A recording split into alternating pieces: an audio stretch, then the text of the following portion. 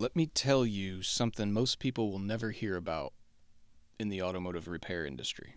There's a type of fraud happening in dealerships all over the country right now. And it's not the one people think. It's not mechanics ripping off customers. It's a system inside the industry that pressures shops to create warranty repairs that may not even exist. And the crazy part is the average customer has absolutely no idea what's happening. Because from the outside, it looks like a normal repair work. Technician checks the car, they find a leak, they repair it under warranty, and it's simple, it's done. But behind the scenes, there's a financial system, a set of corporate metrics, and a mountain of pressure that can push service departments to choose chasing numbers instead of reality. Inspection lines get added to every single repair order. Video inspections suddenly need to find something. Managers start talking about things like power of the pen.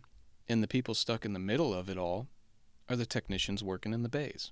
And those are the ones whose names get attached to every repair. So today we're going to talk about how this system actually works.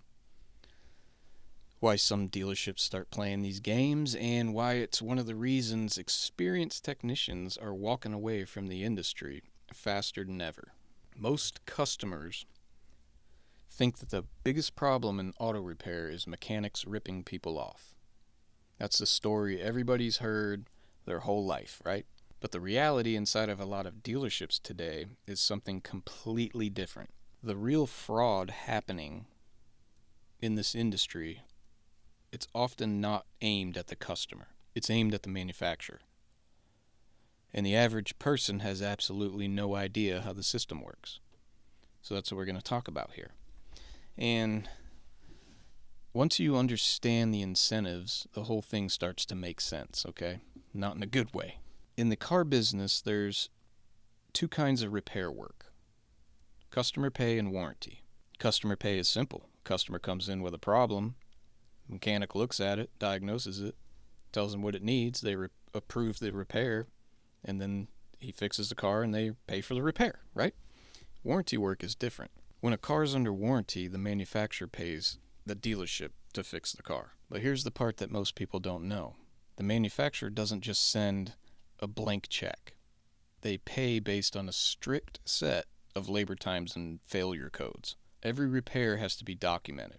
What failed, why it failed, what the technician found, what parts were replaced. That documentation becomes a claim submitted to the manufacturer. If the claim gets approved, the dealership gets paid. Now here's where things get a little wild. Dealerships are heavily measured on warranty performance. How many claims they submit, how fast the repairs are completed, how much warranty revenue the service department produces. Warranty work becomes a huge part of a dealership's financial numbers. And when numbers start dropping, pressure starts building. Pressure from corporate, pressure from ownership, pressure from service managers whose jobs depend on hitting those numbers. And when the pressure builds, some shops start playing games. The most common game is something technicians know very well, and it's called fishing. So instead of waiting for a real problem to show up, they start writing extra inspection lines on repair orders. Oil leak inspection, coolant leak inspection, fluid seepage, fluid found on driveway. Sometimes the customer never mentioned any of it, but the line gets written anyways. Because if a technician finds something that can be called a failure, the dealership can submit a warranty claim. And every warranty claim means money. Now let's take it one step further, okay? Many dealerships have moved to video inspections. Customers love it, right? A technician records a video showing the condition of the car and explains what they see. So in theory, this should increase transparency. But in some shops, video inspections have become something completely different. It's a sales tool. Or worse, a way to justify warranty claims. Because now there's pressure on a technician to find something in that video. Anything. A damp oil pan. A faint residue on the engine. A slightly dirty engine block. Suddenly that becomes an oil leak, even if the vehicle isn't actually leaking. And this is where a phrase shows up that technicians hear all the time, and the managers use it. It's called power of the pen. It sounds harmless, right? It sounds funny, but what it really means is write the repair story in a way that the claim gets approved. And if you write enough of those stories, the dealership warranty numbers start looking good. The manufacturer pays the claim, the service department hits its numbers, management looks successful. But there's a problem with all this. Technicians, you know this. The person's name who's attached to that repair is not the manager, the one pushing for this to happen. It's not the advisor. It's the technician. Every warranty claim has a technician number on it. Every story is tied to the technician who supposedly diagnosed the failure and repaired it. And if the manufacturer audits the claims later, that technician's work is what gets examined. His photos, his videos, what parts he replaced, stories written on the repair order, everything. So the person at the very bottom of the chain is often the one who's carrying the most risk. And here's the part that customers should understand. Not every shop does this. Not every manager plays these games.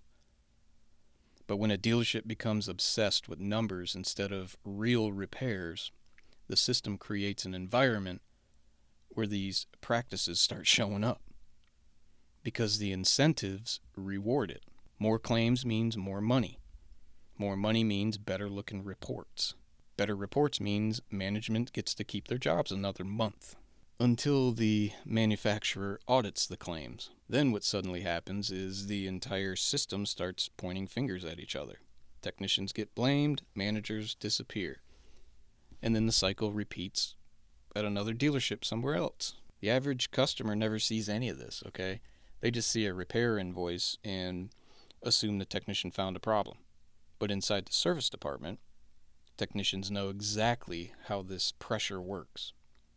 And many of them hate it because most technicians didn't get into this trade to play paperwork games.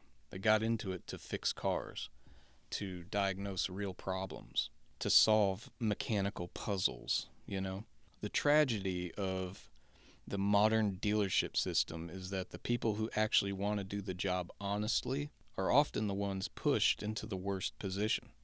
They either play along or they struggle to survive in an environment built around numbers instead of integrity. So the next time somebody says the biggest problem in the automotive industry is mechanics ripping off customers, remember something. The real problem is often much bigger than that.